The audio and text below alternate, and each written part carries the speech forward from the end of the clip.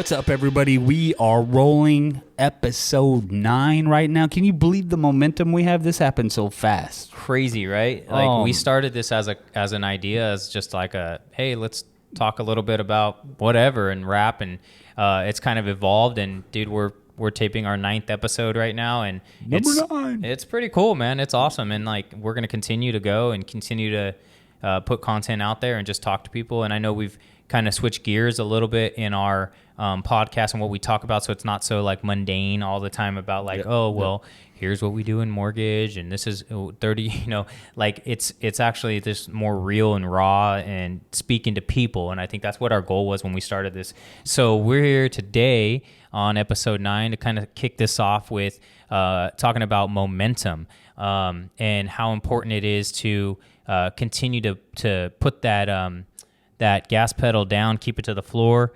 There's a lot of there's a lot of comfort in you setting goals and reaching the goal and then saying, okay, I'm here, and kind of letting off the gas.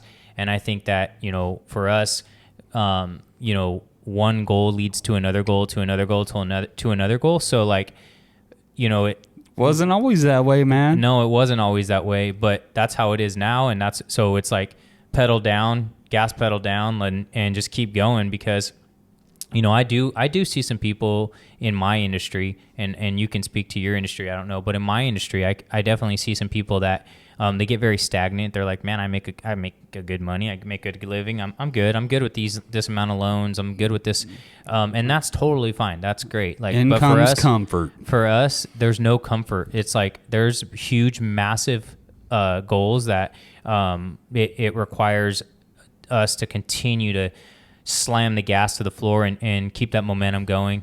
And as it's everything. It's every aspect of what we do in business. It's from podcasts, from I'm on trainings. a podcast right now. That's pretty wicked cool. It's pretty cool, right? Yeah. And so from trainings to relationship building to all of that. So momentum is key. Heck yeah, it is. And it is not something that I naturally do. So my natural tendency, especially in the beginning, was to celebrate my success. Yeah. I so closed the deal. Yeah. Like, that's it. Yep. I'd have a list of people I got to call. I got to make these calls and stuff. And I get like down to 9. Yep. And then somebody says yes. I'm done. I'm the baddest dude on the planet. Yep. And momentum shut off. Absolutely. You think about in this industry and in your industry, I guess they're one and the same. You guys, we real estate, right? So we do the lending side of things, and you guys do the sales side of things. But you realize what happens, people, is they come out of another industry and they realize like in 1 month they make here, what they make in a year somewhere else, right? And so it's like, oh my God, I don't need to do anything the rest of the year. Well, what's crazy though is that people don't think that they're capable of it. Like they're in another industry and they're looking at our industry. They see the money, they see the opportunity, but they're like, oh, well, that's for them. They're special. But well, that's true. Yeah. I mean, I never had that, but I know that people. I had it. I didn't. For me, I've always been, and I think it comes like we have similar backgrounds. We talked about that before. Yeah. Like we came from very similar paths growing up, and I've never had a lack of confidence ever, and that's something I've never. I've never been wired that way. So like for me, if somebody else can do it, I'm always like, it can be done.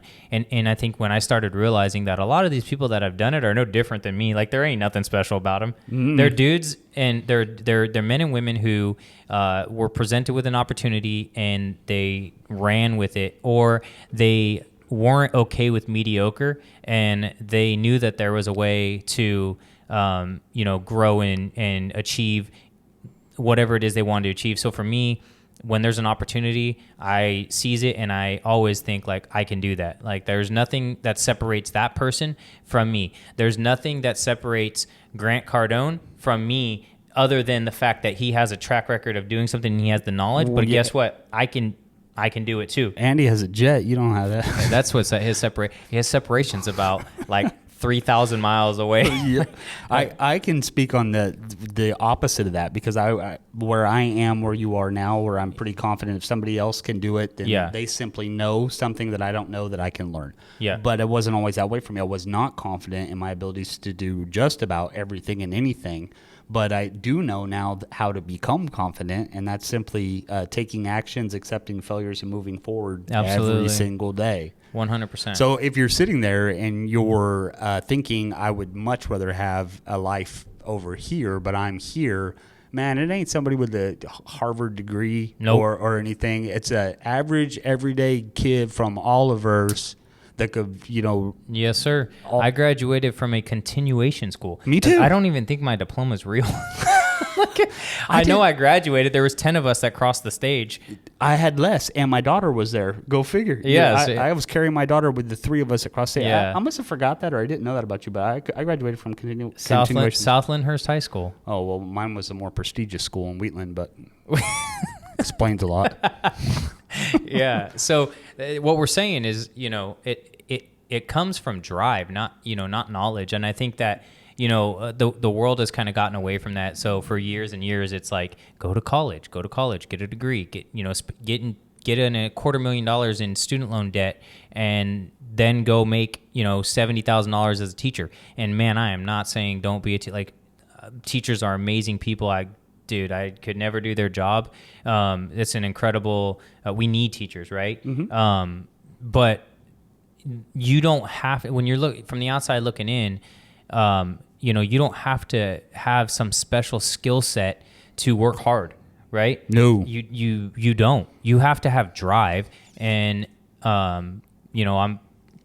maybe we talk about in another segment, like the DISC assessments, the Tony Robbins DISC assessment. And kind of, we do that with all our employees here. We, when we hire them, before we hire them, we go through a DISC profile and kind of figure out who they are, and not just from whether or not we're going to hire you or not, but just kind of how do we communicate to this person, and how do we relate to this person. So for me, my DISC profile is it mirrors Donald Trump's profile. Like, it's exact to his. 99 out of 100 on the D, which is the driving side of me. Somebody take Twitter away from Chris. I don't even have Twitter. We all drive. We could talk about that too. Like, everybody has a different path. You can be driven and do it completely different. Just know that the opportunities are there for anybody that wants them. It really is hard work, guys. Like, it's work hard, do your homework, do your research. You're going to work hard regardless. Yeah, well, think about that. As a teacher, you're going to work hard for them, for the school district, and they're going to, pay you whatever they pay you, and you're going to be dealing with so much stuff. It's hard work, right? So, you just have to figure out what hard work, if that hard work that you're putting in, if you're the overall quality of your life, including your pay, is lines up with the work that you're doing, with the level of work that you're putting in, right? So for you and I, Steve, we can work as hard as we want to work, and there is no cap, right? We just continue to go for, shoot for the stars. Aside from limiting beliefs and self-imposed caps on what we believe we can achieve, that would be, but financially, we can sell as many as we want. Yep. Sell as much as we want, make as much as we want. Take that market share. So, but what about the person that wants more and doesn't feel like, that's me? That's easy for you to say, but I could never do that. Okay. Cell phone number 530-870-1380.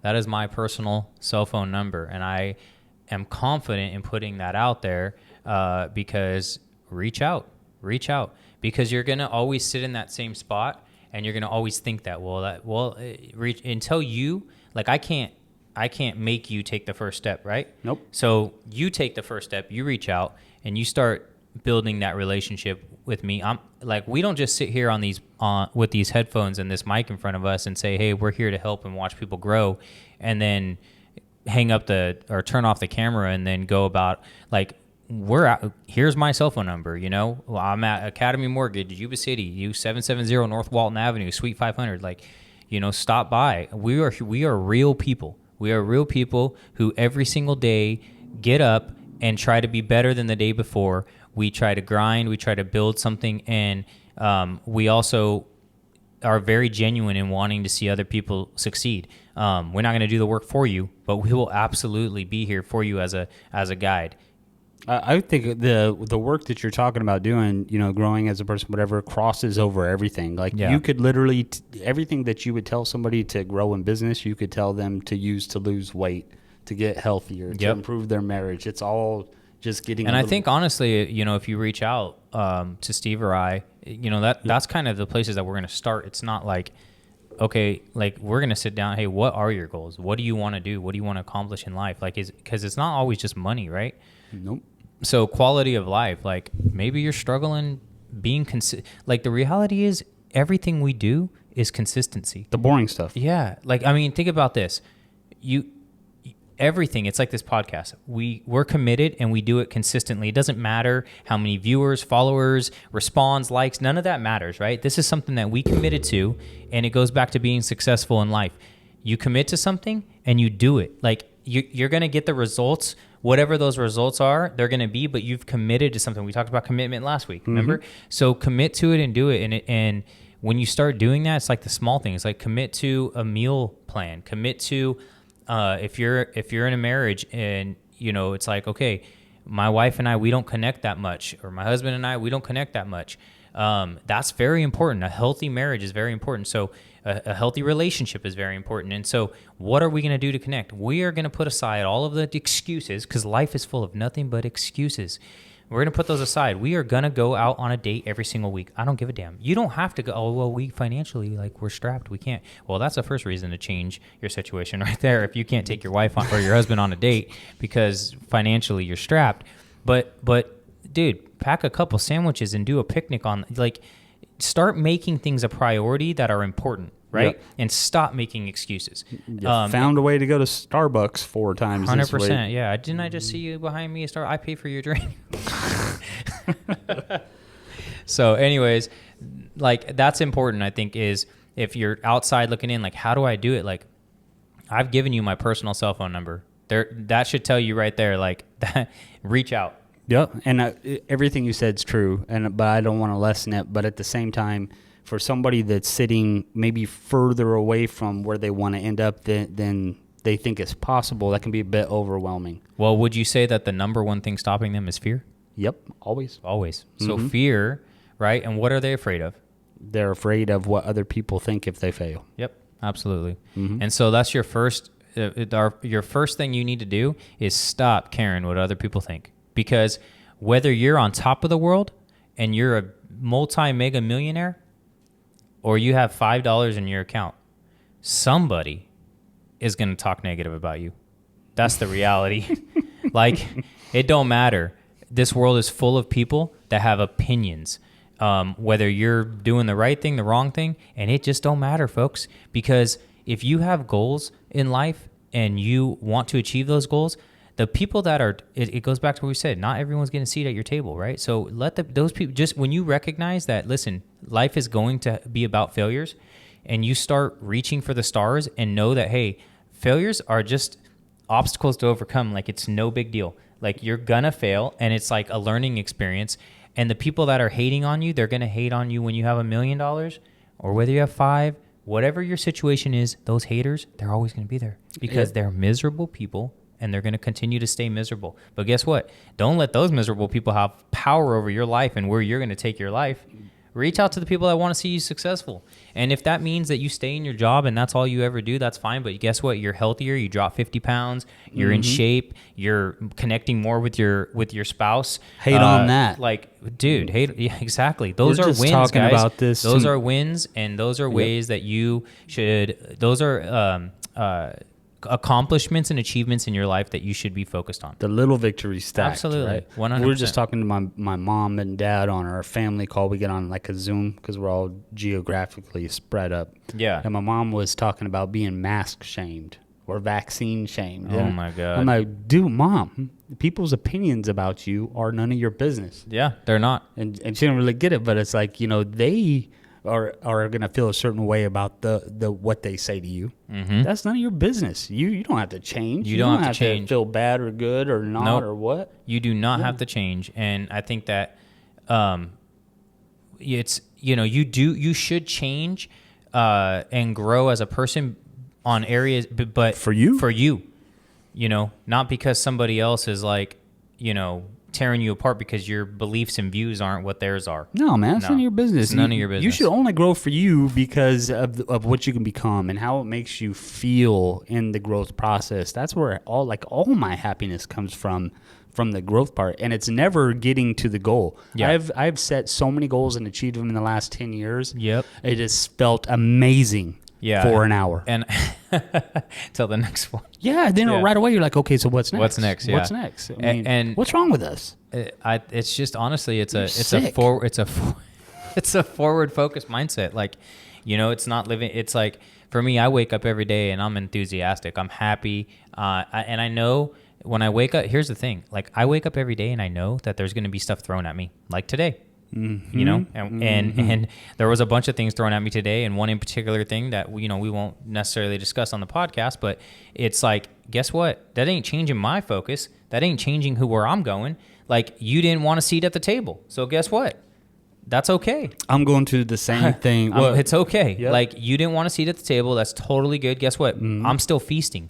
I am feasting. It's okay, And so I wake up every day with full-blown joy, and I don't really care what obstacles are coming my way, what situations I'm going to run into, which this person's going to say this or this person's. I don't care. Like, I'm going to continue to be joyful. They don't have that power in my life, and that's going to get me propelled to where I need to go. I do. Like, I have a little bit of power over your life. Very little. It's none of your business what people think. Yeah, about no, you, it's not a negative thing. Yep. Like, I give you a seat at my table, and I give you ability to speak into my life because A, I respect you as a person, and B, you have the same focus as I have. It's not to tear down, it's to grow. No. And I'm mature enough to handle that, coaching. It's exciting too. Once you get on the growth path and you start improving your life, you can't help people coming to the table, not just ones that don't want to grow. I think that's the thing is when people start seeing what you're doing and they're like, wow, that's attractive, like what's happening. And you start to have people, you're attractive to other people, and they're like, I want to be a part of that. So and I think the people that actually take the first step and reach out, it's like, hey, I don't know where to start. I can't leave my job. I'm steady here at my job. I can't walk into a commission only job. I have bills to pay. You can. We always talk about that. I can't, right? Yeah, you can. You can. You don't want to, right? Yeah. Choose not to. They choose not to, yeah. So it's like, well, we let them say I can't. I can't. Okay. But there are things that you can change in your life immediately that don't cost you anything. Nope. That don't cost you a thing. And then, but the benefits of those are enormous. Like what? Getting out of bed early? Getting out of bed early. Do something physical. Jump up in the air out of bed in the morning. That's Steve-O's thing. No, that's Steve-O's. Yeah, I do that. Steve does that. One. My body does not work like that, folks. Like, I don't say I can't very often, but my body says I can't often. You're wrong. Like, I don't say. You just said I can't. You can. When I roll out of bed and like my calf locks up, and he's like, "Oh wow, you got two legs. You're 40 going on 75. Like your hips are not. It doesn't let you do it. So like I roll out of bed joyful, but I roll out of bed. Do you make noises? Yeah. Oh yeah, I do. I'm rolling out of bed, literally rolling, and then I'm like, oh man, I got it. Can someone help me up off the floor here? Oh man, no, but like for me, being healthy physically is very important to me. It's something that keeps my mind right, and I'm very strategic now. Like sometimes I let myself get too lax, and I see what happens. Like with my eating regimen, then I'll put on a bunch of weight and I'll be uncomfortable, right? So it's like for me, everything is a switch. I have a switch in every aspect of my life. I can flip a switch and be like, boom. So I don't know, 6 months ago, something like that. Flip a switch. Are you talking this decision making? Decision right? making. Yeah. Okay. I need to do this. Boom, switch, flip, do it. Right. Yep. Because I have trained myself over the years that if I want something, I'm just going to do it, and I'm going to flip a switch to do it. So I don't make excuses. So for me, I was getting a little out of shape, overweight, and it's a lot harder at 40 years old to lose weight than it is at 30. And so I said, okay, well, I know that my body does not react to carbs well at all. Like, I will gain weight, right? Mm-hmm. So it wasn't something I was like, well, I got to work into. Like, okay, I'm eating carbs every day, so I'm going to go down to 5 days eating carbs. Then I'll go down to 3, and then no, I said, boom, no carbs. Next day, it's been 6 months. And so for me, 6 days a week, 6.5 days a week, I don't eat any carbs. I give myself one meal every single week, one, and I don't go over that. And I will eat whatever I want. So, like this. It's not even hard. No, it's the easiest thing ever. Don't you always wonder why? Like, why did I go back to eating this crap? Like, yeah, it's the thing. It's like I eat so like my meal, my carb meal is so much carbs that it literally, I don't want to touch carbs again for 6 days. So I'm like, oh my God, if I could have carbs right now, it'd be 47 pancakes. Everybody's got their thing. I love French fries. That's my jam. Yeah, I love French fries. So Red Robin it is. Red Robin. Yeah. Yum. Do you know Red Robin has pizza now? We just ate there the other night. They have pizza, and like it's actually really good. They got rid of like all their soups and salads, or I don't know, soups and something, and they have pizza. But I was very skeptical, but guess what? It was pretty good. But point I'm making is it's literally, guys, if you want something, you will do what it takes to do it. Like, I flipped a switch and I'm done with it. Like, it's not doing it anymore. And obviously I trim up real quick and easy, and then it's like I like how I feel, how I look, and that translates into every other aspect of my life. So for you, how do we like? I have that too. Like, I can go, like, we just do the 75 hard. Yeah, like, I'm not gonna lose. I'm not going to. I think that goes back to, we have a winning mindset. But how do you develop it for somebody out there that doesn't? They keep trying, keep failing. Yeah, I think it's a very, for me, it's a reality that, and this is how this is a reality of mine, that I know my mind is extremely powerful. And I can everybody's is. I know, but I'm saying I know that. Okay, I know that. Self-awareness. I have a self-awareness that the mind, okay, we'll say the mind, right? The mind, we can choose to say, I just can't do it. Like, I try, but I can't. We're always right. We can choose that, or we can choose that, no, just as easily as I can say I can't, is I can say I can. It's a simple mindset. I can, and then you do. Is it because we've proved it so many times? Like, probably. I think, that's probably a big, like, for me, when I got my first opportunity in this industry, 18 years ago, somebody said, hey, come do mortgage. Like, I didn't, not for 1 second think, like, and I'm 21, I was working in a lumberyard. I didn't think, I can't do mortgage. No. Like, I don't know. I was like, yeah, what time is the interview? No joke. And I literally, the next day, went to an interview. Dude, I didn't even own any nice clothes. Like, I didn't have button-up shirts. I never even been on a professional interview in my life. I mean, I worked in a lumberyard, and so... I hope you have them now. You cannot sell loans without those. Yeah, you can't sell loans. So I think I went that day and bought a button-up shirt or something and a tie, or I might have borrowed a tie. I don't remember, so long ago. But my response to him wasn't like, oh, man, I don't know. I don't think I could do mortgage. I was like, yeah, what time do you want me to be there? Yeah, where's that? And I was there, and I didn't know nothing about what they were asking me, but I didn't care. I had confidence. And I told, what's funny is I didn't answer they put me on the spot to like sell a pencil or something, or a pen. And I kind of fumbled through it a little bit, and they were like, I don't know. And Are you kidding me? They did the sell me this pen. Yeah, exactly. They did. And I don't think I think it didn't impress them. And so when they were done, they were deliberating, and I said, hey guys, here's the deal. And this is exactly what I said. I remember, I said, hey, I understand that I was caught off guard. And put on the spot. I didn't, know how to sell that pen like a greasy salesman. But I will tell you this. I will work harder than every one of your loan officers in here. I will be to work every day an hour early, and I will be the last person to leave. I will sell more loans in my first month than any other loan officer that you've hired in their first month. You got to hear this story. I told them that. You got to hear this story. I told them that, and I was hired on the spot. I know you were. This is going to blow you. Like, our paths are very similar. I went to the post office, and I sat down with the postmaster at that time. It was a dope dude named Earl. And he told me, well, I'm only hiring for 2 positions. Yeah. And he said, so why should I hire you over somebody else? And I said, well, first of all, you can get rid of 2 positions. Like, you hire me right now. I'll do both those positions. I will do both jobs. Yeah. Yep. And I said, I will take care of that. And then if you have more work to do after that, you can put it on my shoulders. I can do it. And I got the job. Yep. It's the same thing, man. Yep. Isn't that crazy? It's confidence, right? Yep. And guess what I did? So I worked at like 2 jobs. This is no exaggeration. I'm not even like, I wish I could find my manager and he can tell you this story. But so my first month on the floor, and I'm 21 years old. He's still trying to sell pins. I have no idea about mortgage. I have no idea. And the training there was very. Nah. There was actually no training. They literally said, here's a phone. They taught me how to run the systems for like 1 day. And then they're like, here's the phone. It's going to ring. And you're going to have to talk to people about refinancing. What's a refinance? Like, I'm not even kidding. And so the first month I was there, I closed 8 deals. They told me nobody's ever done that.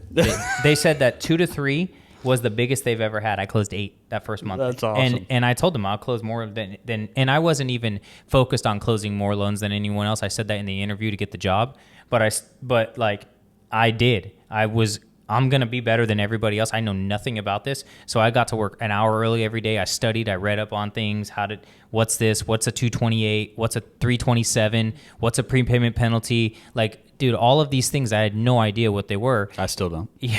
Yeah. And so I did that and I read up on that. And then I was, by 30 days, I was just crushing it. That's just us proving the point, though. It doesn't matter what you know. Yeah.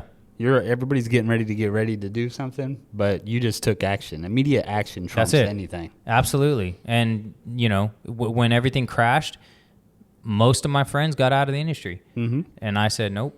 Like I did, I had to adjust because that's what you do in life. You got to shift, right? Market shift, so do you. But so, yeah, it's anyone out there, we're speaking to you guys that, like, if you want an opportunity to change things in your life, and you are coachable and you are mature enough to handle some hard things being thrown at you, and you have thick skin, because it takes thick skin. Mm-hmm. You have to have thick skin. You cannot be rattled easily. You've got to figure that part out. So if that's you, reach out. Heck yeah. Yeah, I'd love to talk to you about it. In fact, if somebody wants to talk right now, I'm jumping off this podcast. This episode's over, and you could call me right now. Except for they don't have your number. I'm pretty sure I'm the only one that gave my number. My number is 870. I forgot your number. 530-777. Call Chris. 1419. 530-77. You know Steve's number, 777. I love it. Yeah. It's awesome. That is awesome. Lucky. Yeah. Did you do that on purpose, or was that by chance? You said doo-doo, and no, I didn't. It's just random. Doo-doo. Random. Yep. Yeah. I've had my number for 20 years. I don't want to change it. It's too much trouble. I won't ever change mine. All right. Be great, hey guys, everybody. Be good. Talk to you guys later.